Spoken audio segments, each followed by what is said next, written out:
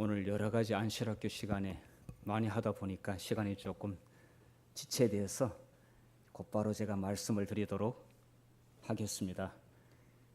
시조 권장을 원래 5월 달에 하는데 행사들을 여러 번 하다 보니까 조금 늦게 하게 됐는데 오늘 제가 시조 권장을 하는 안식일로서 말씀을 준비했습니다.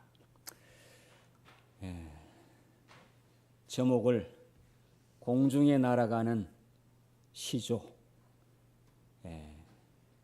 이 시조란 한문이 원래 이 세조자가 아니죠. 이제 마지막 시대의 징조에 대한 말씀인데 제가 날아간다고 하니까 세조자를 붙였습니다.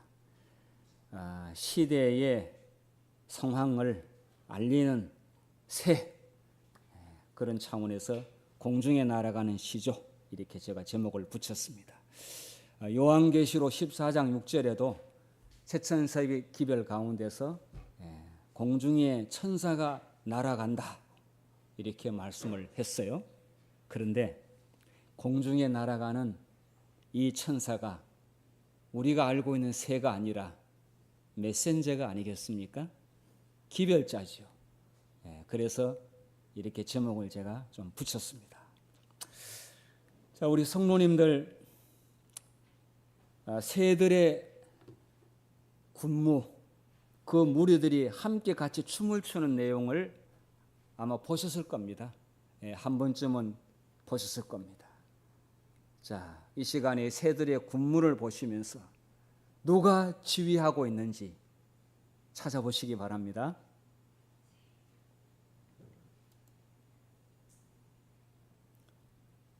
자, 볼륨 조금 올려. 이게 여기서 올려. 아이고 새군요 새. 저도 벌인 줄 알았더니 새입니다 새. 네.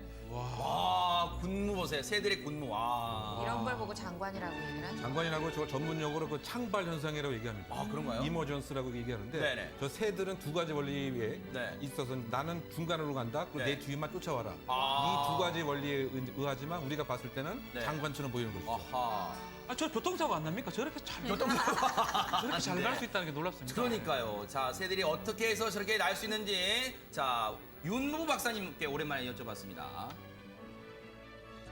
그 새들이 마치 그 곤충이 물이 져서 날아가는 것 같아. 근데 걔가 날아갈 때, 물이 져 날아갈 때 거리가 30cm예요. 그래도 50년 동안 새를 봐도 하나 안 부닥쳐요. 그 이유가 첫째는 새들의 눈이 사람의 300배 내외 밝아요, 눈이. 그다음에 두 번째는 귀가, 듣는 귀가 200배 내외. 그 다음에 새가 냄새를 잘 맡아요. 약 80배 내외, 사람보다. 그리고 네 번째는 끝으로는 새 눈은 양쪽에 붙어 있어요. 우리 사람은 앞만 있잖아요. 네. 그렇기 때문에 새가 날아갈 때 충돌이 없고 떨어져서 죽는 애도 없고. 아 정말 새들이 그런 어떤 인간보다 뛰어난 감각을 가지고 있어서 저렇게 쉽게 말하면 박길면 말씀처럼 교통사고가 나지 않는 것 같습니다. 참 대단합니다. 멋져요.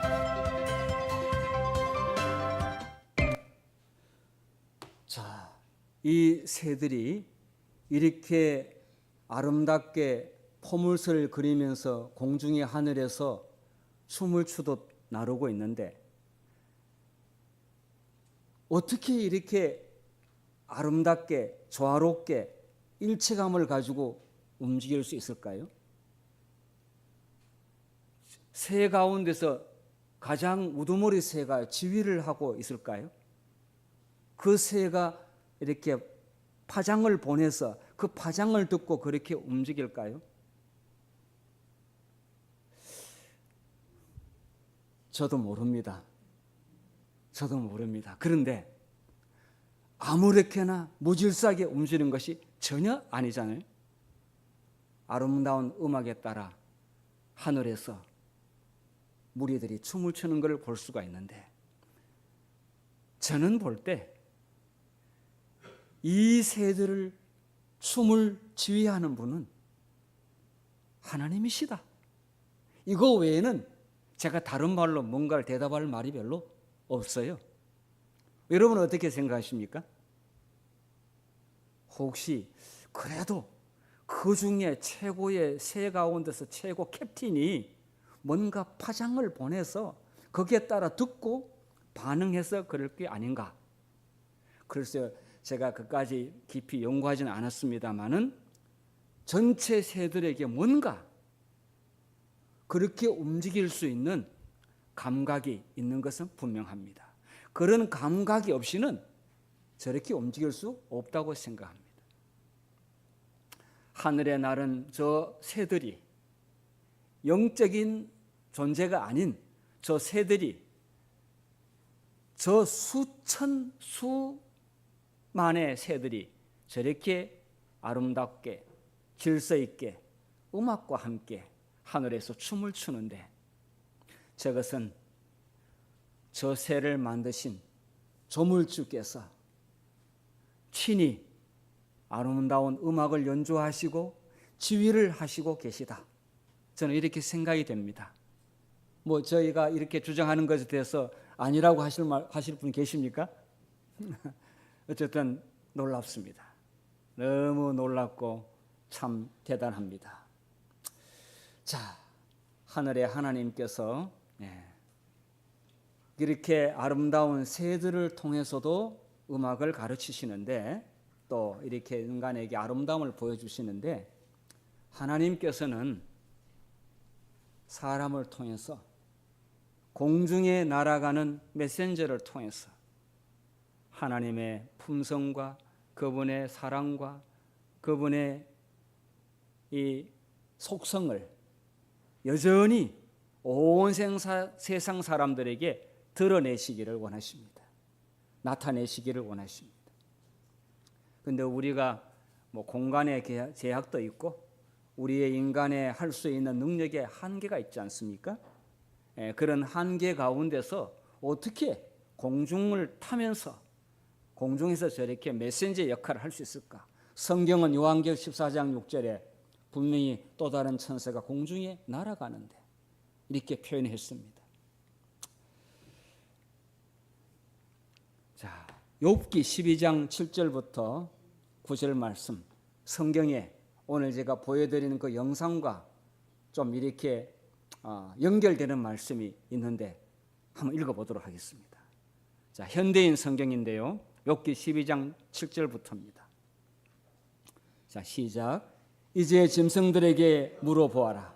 그것들이 너희를 가르칠 것이다. 공중의 새들에게 물어보아라. 그것들이 너에게 말할 것이다. 땅에게 말해보아라.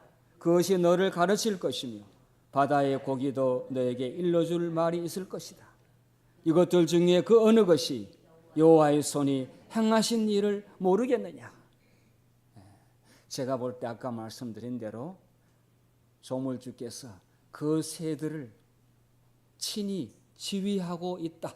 이렇게 제가 말씀드렸는데 여기 보니까 그 어느 것이 여호와의 손이 행하신 일을 모르겠느냐?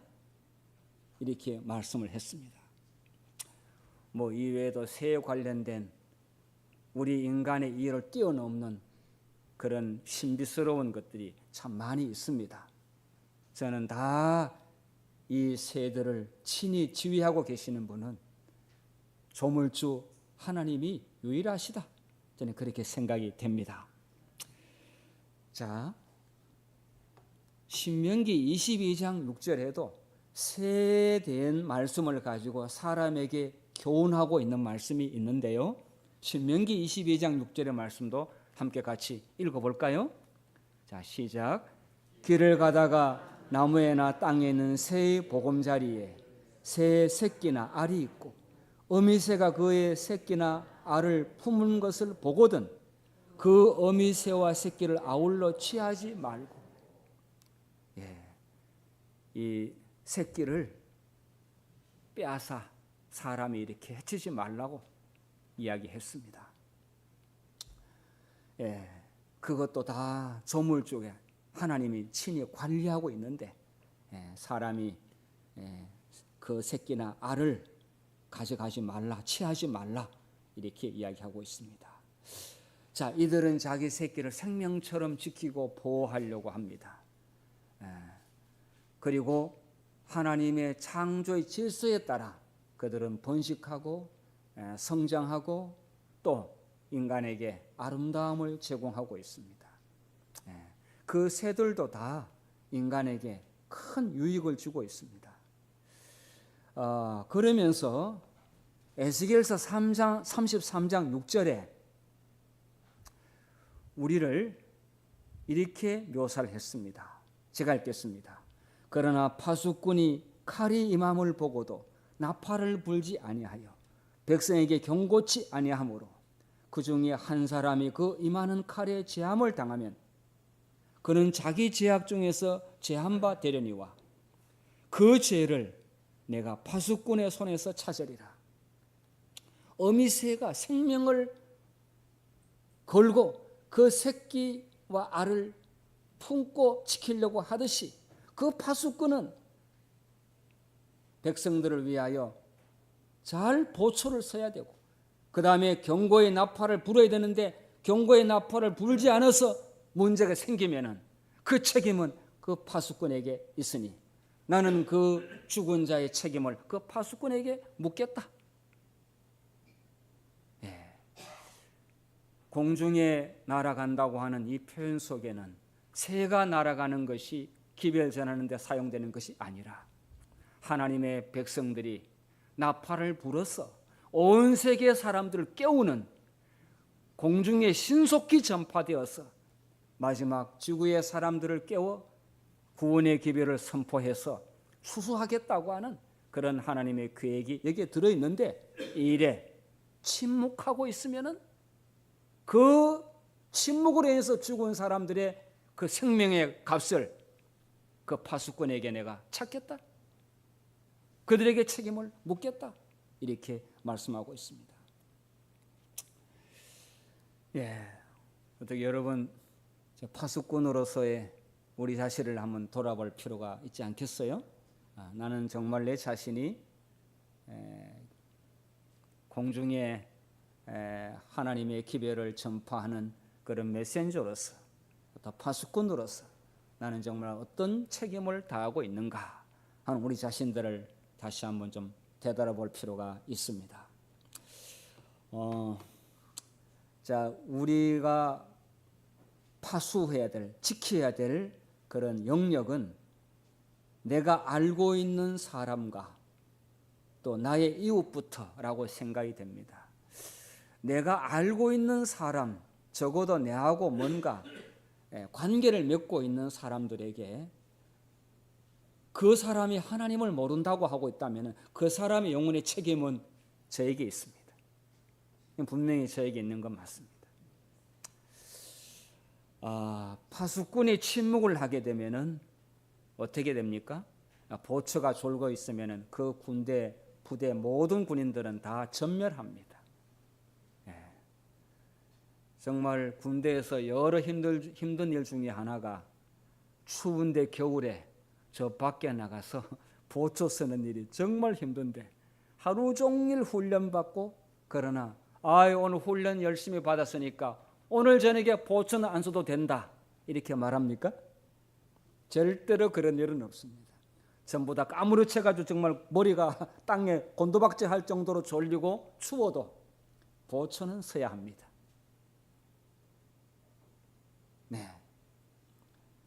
파수꾼의 책임을 지는 길은 목숨뿐이죠.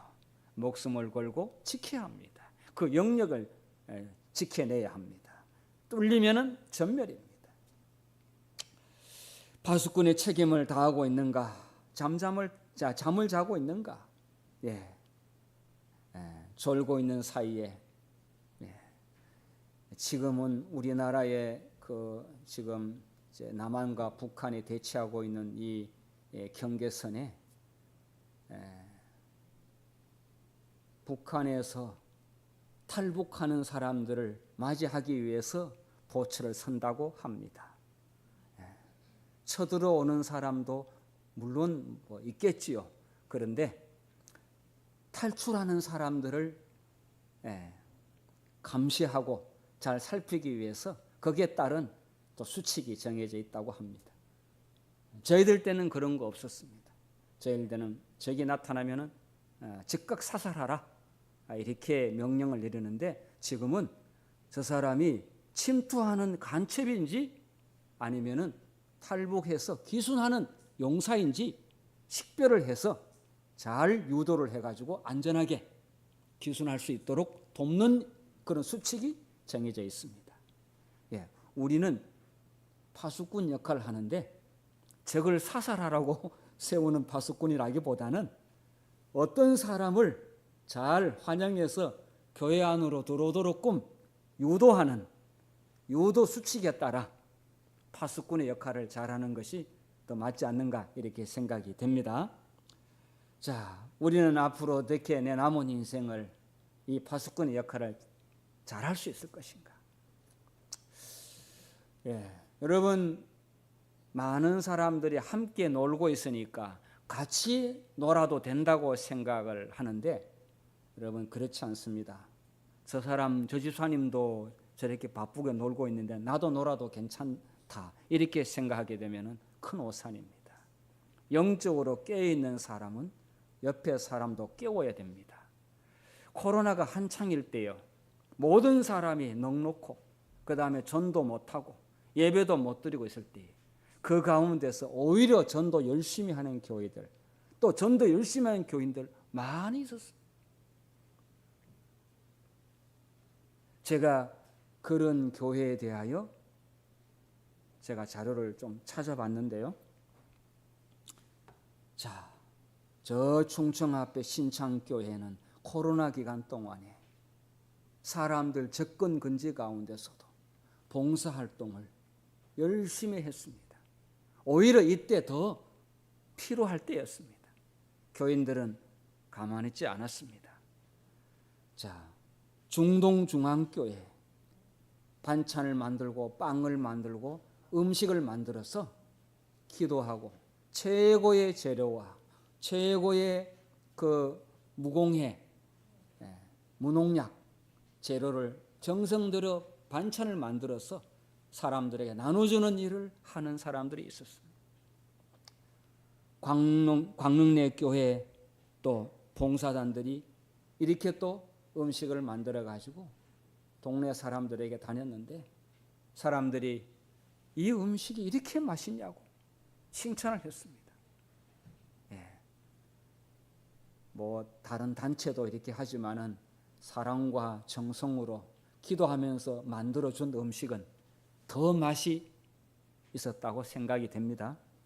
자, 광주 서중앙교회 이런 가운데서도 사람들이 음식도 같이 못 먹고 이런 가운데서도 채식 요리 사역팀이 요리하는 것을 가르쳐주고 이렇게 무화적으로 봉사하는 일이 남들이 전부 다 안 하고 있을 때 이들은 열심히 하고 있었습니다. 세상이 전부 다 졸고 있다고 같이 졸아서는 안 된다고 하는 것이죠. 하늘나라 갈 사람은 졸지 않고 깨어있는 사람이 하늘나라 가는 것이고 그 깨어있는 사람 옆에는 반드시 옆에 있는 사람이 다시 졸다가도 깨어나는 것이 정상 아니겠습니까? 여러분 가정에 엄마가 깨어있지 아니하면 가족 전체가 어려움을 겪습니다. 엄마가 아프면 가족 전체가 다 큰 문제가 생기지 않습니까? 우리 교회의 여집사님들이 몇 사람이 아프게 되면 우리는 정말 큰 손실을 보게 됩니다. 우리는 우리 교회 여집사님들이 건강한 가운데서 즐거움으로 봉사하게 될 때 우리 모두는 기쁘고 보람이 있습니다. 그리고 교회에 힘이 됩니다. 여기 계시는 모든 우리 성도님들은 깨어 있어서 파수꾼의 역할을 잘하게 될 때에 많은 사람들이 분명히 자다가 깨어날 수 있는 사람이 있을 거라고 믿습니다. 우리는 사람을 졸게 만드는 사람이 아니라 깨우는 사람이고 재림교회는 공중에 날아가면서도 사람을 전 세계를 깨우는 사명을 받은 교회가 아니겠습니까? 예. 하이브리드라는 말이 코로나 이후에 생겨난 용어가 되었습니다. 하이브리드라고 하는 것은 이게 전기와 가솔린이 두 개를 다 사용해서 움직이는 자동차를 가지고 말합니다. 필요에 따라 전기도 쓸 수 있고 필요에 따라 가솔린으로 휘발유로도 쓸 수가 있고. 자, 지금은 우리가 하이브리드 교회 시대가 왔다고 이야기하고 있습니다. 교회가 해야 될 영역이 있고 개인이 해야 될 영역이 있고 가정이 해야 될 영역이 있고 교회와 가정이 공통적으로 해야 될 영역이 있습니다. 멀티플레이가 돼야 된다는 것이죠. 교회만 쳐다보고 교회만 왔다 갔다 하는 신앙 가지고는 이 시대에 우리가 신앙을 유지하기가 어려울 뿐만 아니라 우리 여러 사람들의 영혼을 깨우는 일에 그만큼 약합니다. 그리고 매우 제한되어 있습니다. 그러므로 우리는 직접적인 선교도 있지만 간접적인 선교도 있고 때로는 문서도 있고 여러 가지 하이브리드 교회 시대로서의 역할을 해야 되는데 저희들은 시조와 건강지라고 하는 참 매력적인 잡지가 있습니다. 여러분 이 시조와 건강지를 어떻게 잘 읽어보고 계시는지 모르겠습니다.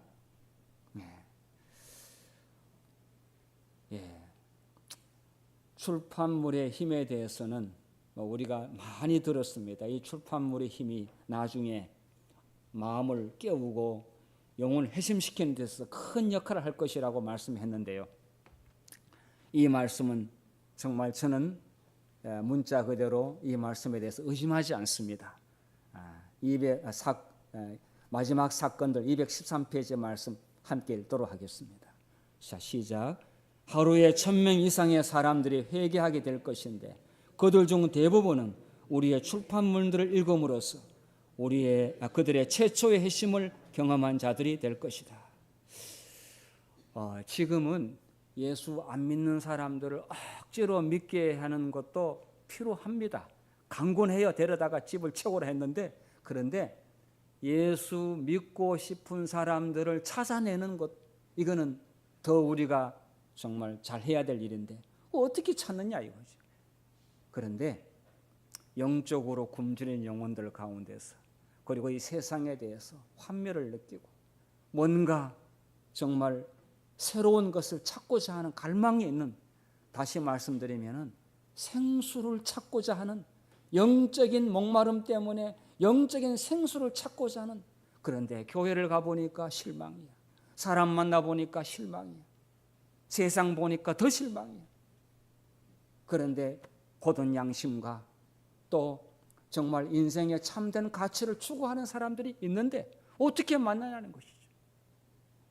그래서 출판물들을 통해서 그 일들을 하도록 하나님께서 했는데 하이브리드 교회 시대에 이 부분이 큰 역할을 하고 있다고 했습니다. 이것은 좀 몇 년도에 지난 영상인데 제가 2025년도 영상을 보고 난 다음에 과거 영상을 찾다가 전에 제가 이거 다른 교회에서 한번 보여드렸던 그런 영상인데 뭐 보여드렸다 할지라도 다시 한번 좀 보도록 하겠습니다. 한 입주하고 한 1년, 2년쯤 됐는데 어떤 나이 잡수신 분이 저기 내가 좋은 책이 하나 있는데 한번 읽어볼 거냐고 그래서 이제 그거를 주셨는데 그 당시 최영숙 성도가 이웃으로부터 전해받은 책은 시조와 가정과 건강이었다. 당시 무속인 동서의 시집살이로 불면증과 우울증이 엄습했다. 그럴 때 시조가 눈에 들어왔고 책을 펼쳤다. 나를 믿어라. 나를 믿으면 너를 지켜줄 것이다. 그게 제일 많이 와닿았었어요. 그래서 내가 여기에서 벗어나서 만약에 여기를 오게 되면은 나를 지켜주실 분이다 하는 생각이 들어서 그랬는지 그래요. 지금은 참는 거야. 참고 훗날 내가 만약에 되면은 교회를 가게 되면은 재림교회를 가야지 하는 생각은 이제 조금씩 들더라고요. 그 다음에는 달달이 그 책 올 때를 기다리고 최영숙 성도는 시조가 오기만을 기다렸다. 시조 속의 내용은 그 어디에서도 느낄 수 없었던 마음의 안정과 평화를 가져다 주고 있었다. 몸이 불편하여 요양을 하고 있을 때도 시조는 늘 최영숙 성도 곁에 있었다. 말씀을 읽으니 기쁘고 행복했다. 나 자신을 새롭게 또 깨닫게 되고 또 여기에 있는 그 말기 하나가 또 저한테 책짓질하고 너 너무 자만심했어. 이제 하나님 믿으면서 신앙을 키우려면 여기서 말한 것처럼 그러한 내용을 좀 실천해야 돼 하는 걸 되새기게 됩니다. 우리 교회의 요양병원에서 최영숙 성도는 몸의 치료뿐만 아니라 영적인 성장을 가꾸어 갔다. 시조 속에서 생활 속의 지혜들을 많이 배운다. 마음의 양식이 하나둘 쌓여감을 느끼고 그것이 행동으로 나타난다. 많은 사람들 만나면서 부딪히는 게 있잖아요. 그러면 그런 거에 대한 거를 어떻게 이해하고 그 사람네들하고 의견 충돌 안 하고 잘 갈 수 있나 그런 것도 또 배우는 지침이 되더라고요. 켜켜이 쌓여있는 인생의 상처들을 어떻게 치유할지 시조 속에 그 답이 있었다. 잠을 못 자고 밤에 서성이고 창밖 내다보고 그러고 있을 때 딱 이 책이 딱 보이더라고요. 이게 그래서 한번 볼까? 별건 아니겠지 뭐 하고 딱 봤는데 딱 이걸 먼저 보고 야 여기는 뭐 건강에 대한 게 너무 많네. 아 그렇구나. 불면증에는 뭘 해야 돼. 시조의 향기를 따라 자, 이 시조와 건강지의 이제 내용을 이렇게 보시면요, 생활하는데 굉장히 유용한 정보들이 많이 있습니다. 사람 안실교회인데 시조를 잘 안 봐요. 시조를 건네주면서 시조 내용을 잘 모를 수 있는데 제가 다시 한번 이 내용을 이 말씀을 준비하면서 한번 쭉 봤어요. 자, 시조에는요. 세상이 지금 형편에 대해서 시대의 징조에 대해서 성경과 연관시켜 가지고 말씀이 잘 나와 있어요. 그리고 사람들의 소박한 생활 가운데서 경험한 그런 스토리들이 진솔하게 나와 있어요. 스마트폰 보는 거 보다가 이것 보게 되면은 마음이 너무 편안해져요. 아마 여러분 그 경험하실 수 있습니다. 스마트폰 유튜브 계속 돌리다가 그걸 끄고요. 잠시 이거 한번 30분 한번 보세요. 그러면 이 안에 생활의 지혜가 있어요. 그래서 여기에 나와 있는 내용들 보게 되면은 버릴 게 하나도 없더라고요. 자, 여기 뭐 보면은 여름철에 건강에 좋은 음식 7월 달에 나와 있어요. 이런 것은 우리 생활에 실제적으로 굉장히 유용한 정보잖아요. 자, 이런 가정과 건강지들은 일반 사람들에게 어필이 될 수 있는 내용들입니다. 의사가 쓴 거 있고 또 수필가들이 쓴 게 있고요. 또 독자들이 쓴 게 있고요. 또 목사님들이 쓴 게 있고 과학자들이 쓴 게 있고요. 굉장히 짧게 유용한 정보들인데요. 스마트폰 그만 보시고 이거를 자주 보시면은요. 이걸 가지고 이런 정보들을 다른 사람과 나누고 싶은 생각이 들 겁니다. 그러면서 요 몇 페이지에 한번 읽어보면서 이걸 설명하면서 그 사람에게 앞으로 시도를 계속 받아볼 수 있다. 이렇게 권할 수 있지 않겠습니까? 시조와 건강지 7월 달 거 저 뒤에도 있고요. 우리 교회 입구에 그 책 올려놓는 데 있습니다. 내용 목차만 보시더라도 집에 가서 보고 싶은 생각이 들 겁니다. 이러한 지혜롭고 유용한 삶에 필요한 것들을 사람들에게 제공하게 될 때 대화를 할 수가 있잖아요. 그리고 어떤 경우에는 제가 테니스 클럽에 제가 한 반 이상은 제가 시조를 보내고 있는데 이분들은 아직 예수님을 영접은 안 하고 있어요. 그리고 뭐 본인은 다 자기 새끼 발가락은 교회에 담그고 있다고 그래요. 그래서 한 달에 한 번씩은 교회는 갔다 오는데 제가 보니까 교인은 아닌 것 같아요. 그냥 말만 교인인데 아내에 하도 등살이 못 이겨가지고 교회에 등록은 했대요. 그런데 제가 볼 때는 그렇게 예수 믿는다고 보이진 않아요. 그런데 안식일은 토요일이야. 딴소리 하지 말라고 저 대신에 말해주는 사람은 저 시도 독자들입니다. 예. 주일, 일요일이 아니고 토요일이야, 주일이야 이렇게 말하는 분은 오랫동안 저 시조를 본 분입니다. 예. 어쨌든 우리 뭐 운동 클럽에도 있고 학부모들 모임에도 있고 여러 우리의 단체 지인들 친구들이 있는데 잘 살펴보게 되면은 이 책을 보낼 만한 사람은 꽤 많이 있으리라고 생각합니다. 우리 교인들 가운데서 이 책을 보내는 사람들이 너무 숫자가 매우 적습니다.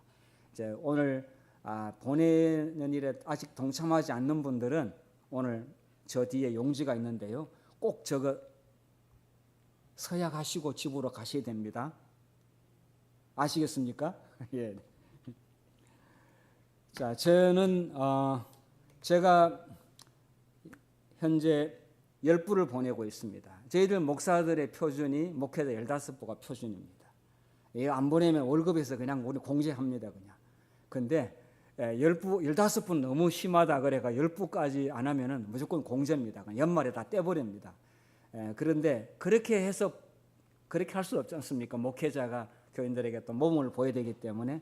그래서 저는 이웃 지인들에게 또 아는 사람들에게 제가 3군데 보내고 있고요. 이제 테니스 클럽의 사람들에게 4명 보내고 있고 제가 마포 교회에 저 개인해가지고 3부 이렇게 보내고 있습니다. 교회용으로 쓰기 위해서. 자, 여러분께서는 어떻게 동참하시겠습니까? 한 부 이상, 아니 3부라도. 아니 한 부는 좀 너무하고 적어도 가만히 기도하고 생각해 보게 되면 5명의 생각이 나지 않겠어요? 아이고, 내가 정말 그 사람에게 내가 5명을에게 이 기별을 보내주는 것 자체로도 정말 큰 일을 하고 있다 이렇게 생각하시면서 5명은 분명히 나올 거라고 생각이 듭니다. 예.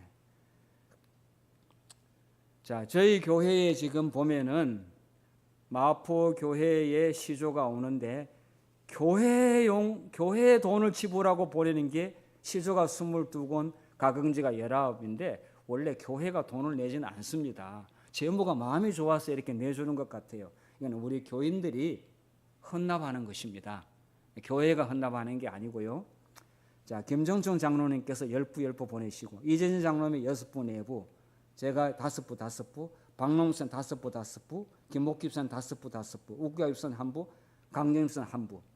자, 다른 분들은 오늘 가실 때 꼭 저 뒤에 양식지에 쓰시고 가셔야 될 겁니다. 3부라도 5부라도 사실 친구에게 이렇게 주소만 보내면 시조사에서 매달마다 딱딱 이렇게 자동적으로 가게 되어 있습니다.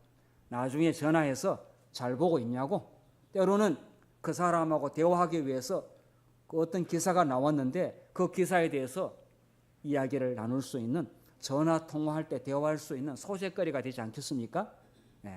이렇게라도 우리는 사람들에게 메시지를 줘야 됩니다. 공중에 메신저는 날아가고 있다라고 분명히 말씀했습니다. 요한계시록 14장 6절 다 함께 읽도록 하겠습니다. 시작. 또 보니 다른 천사가 공중에 날아가는데 땅에 거하는 자들 곧 모든 민족과 종족과 방언과 백성에 전할 영원한 복음을 가졌더라. 여러분, 제7일 안식 예수님 교회는 특별한 파수꾼으로서 부름을 받았는데 어찌 우리가 침묵할 수가 있겠습니까? 그런데 일일이 가서 말하는 것은 한계가 있습니다만은 우리는 문서를 통해서 이 공중의 기별을 널리 여러 사람에게 전파를 해야 되겠습니다. 에스겔서 3장 17절 말씀, 아까 읽었던 말씀 다시 또 읽도록 하겠습니다. 시작. 인자야, 내가 너를 이스라엘 족속의 파수꾼으로 세웠으니 너는 내 입의 말을 듣고 나를 대신하여 그들을 깨우치라. 나를 대신하여 그들이 가서 내 말을 꼭 전해다오. 이렇게 했는데 꼭 가서 우리가 입으로 말 안 하더라도 이 책이 가서 말을 다 하고 잘 읽고 있는지 안 읽고 있는지 확인만 해줘도 파수꾼의 역할을 하고 있다고 생각이 됩니다. 우리 성도님들 모두가 다 지금 이 세상이 정점에 왔다고, 지금 이 세상은 무엇인가 큰 일이 곧 일어날 것만 같다라고 불안한 예감을 가지고 있는데, 그 걱정만 하고 있을 것이 아니라 우리는 이러한 메신저로서의 이 기회를 여러 사람들에게 빨리 보내는 일이 제 이름을 촉진하는 일이 아니겠습니까? 예, 우리 모두 일에 동참해서 파수꾼의 역할을 충분히 다 감당할 수 있기를 간절히 바랍니다. 하나님께서 이 일에 나중에 하늘에 가서 아모기가 보낸 시조와 건강지를 통해 가지고 내가 하늘에 왔다라고 이야기하게 될 때 우리는 하늘 아버지께 큰 영광을 돌리게 될 것입니다. 그 일은 결코 적지 않는, 결코 작은 일이 아니라고 생각합니다. 하나님께서 이 세상의 모든 사업을 마치기 위해서 이 하이브리드 교회 시대에 이러한 방법에 여러분께서 기꺼이 동참해 주시기를 간절히 호소하면서 말씀을 마치겠습니다.